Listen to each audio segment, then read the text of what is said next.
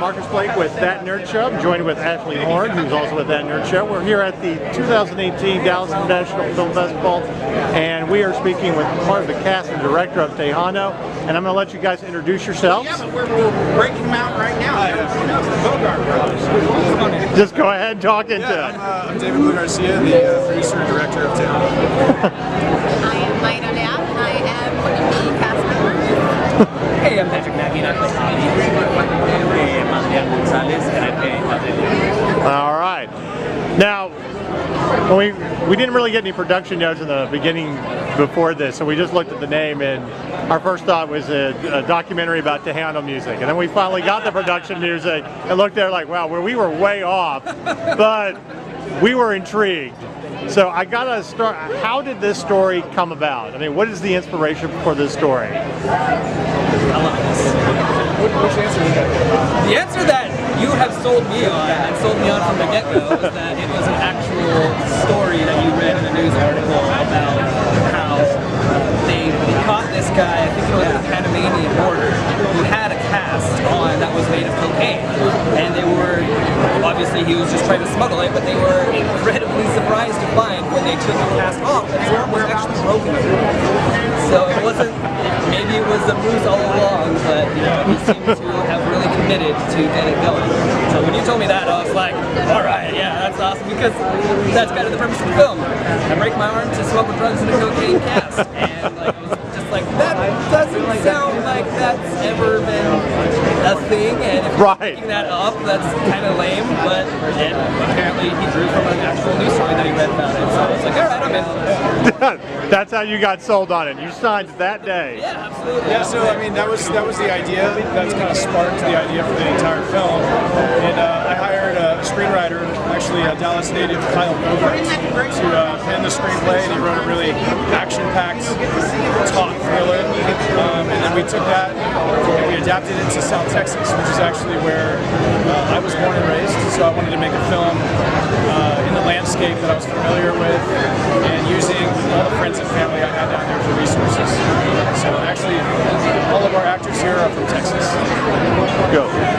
Now, you play the villain, correct? You play the villain, yes. All right. Have you ever played a villain before? Looking back, no, I've never played a villain before.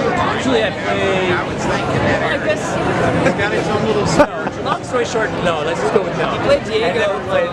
I've never played like a villain. I've done some theater work where I played like the villain character, right. But this was more of an in-depth kind of action thriller villain. Well, we've always heard from actors that it's always more fun to play the villain. Way more fun. Yeah. Way more Heroes fun. are boring. There's no reason to apologize for anything. Yeah. You know, playing the villain. I think it gives you freedom to just sort of dive in and make choices and not apologize for it or feel bad for any of it. So it gives you a lot more freedom to play with.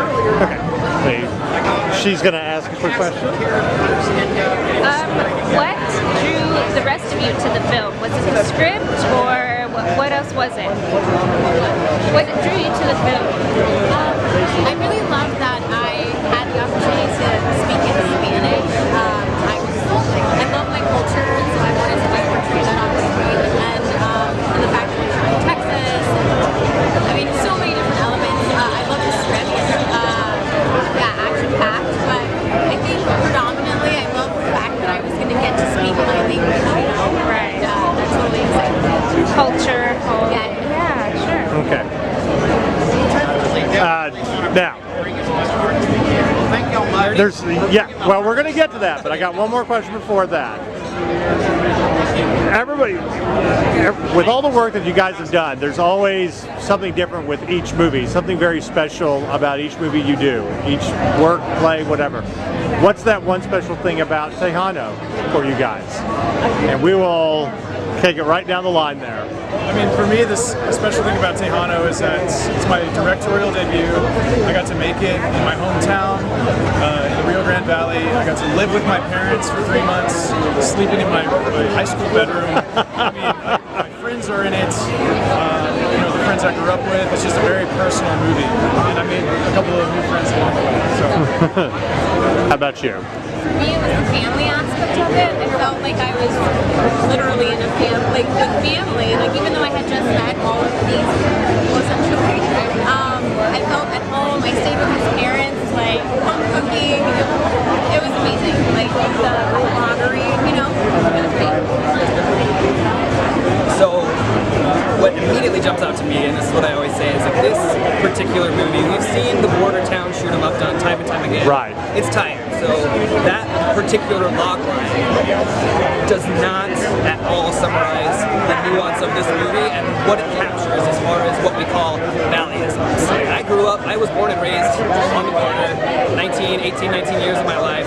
I've had Mexico 10 minutes away from my house. So I know what it is like to be born and raised in the border and the things that go on. And there's never been a movie that I felt, other than documentaries, never a narrative film that captured the valleyisms, the nuances that this movie does, because we are from that area and we go to places that I've never seen in any other movie in my life, but are so quintessentially the valley, and without them you can't really tell the story, the whole story of the valley. So that's really what's so special about it. Cool. I mean, I'll just piggyback on everything that they said, basically. I think one thing that I realized while shooting this film is that I was staying also with my parents who were from Brownsville, and I actually, throughout the whole time, I was like, man, if I was living in Brownsville and shooting a movie all the time and getting paid to do that, I would love living here. I would actually live here. Like I would shoot this movie a million times. We were shooting. My days were long, but they would start really early and late, and I was great. I would go home, my mom would make dinner, and it was awesome. So it was kind of like if there was a studio down in the Rio Grande Valley, I'd love to live there and work there. But also, like you said, it's very much the valley, and there was so many beautiful shots of places in the valley that I had never seen growing up that I think a lot of people are going to appreciate in this film. And but yeah, I think it's cool. It's just a lot of fun. All right. So Ashley is going to ask our famous nerdy question. All right. And you each get the answer. If you had one superpower or weapon from the nerd universe to fight the forces of evil, what would you choose? What's the nerd universe? So like the universe, pretty. Oh, just like Yeah. comic book. Yeah. Okay, can we start on that end? All right. You got to think about it. Reverse. Well, I don't know if it's to fight evil, but You like yeah, taller? No, that was me raising my hand to answer my question. Like, okay, that's Teleportation, 100%. Teleportation would be my superpower. I want to be able to teleport anywhere in time and space.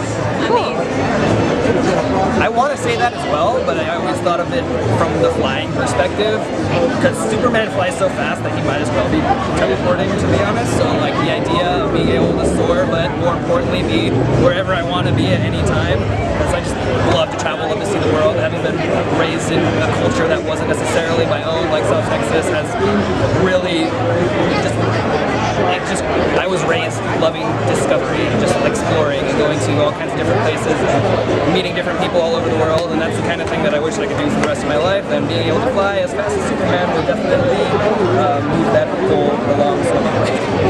Nice. I'll give you a short answer. Invisible.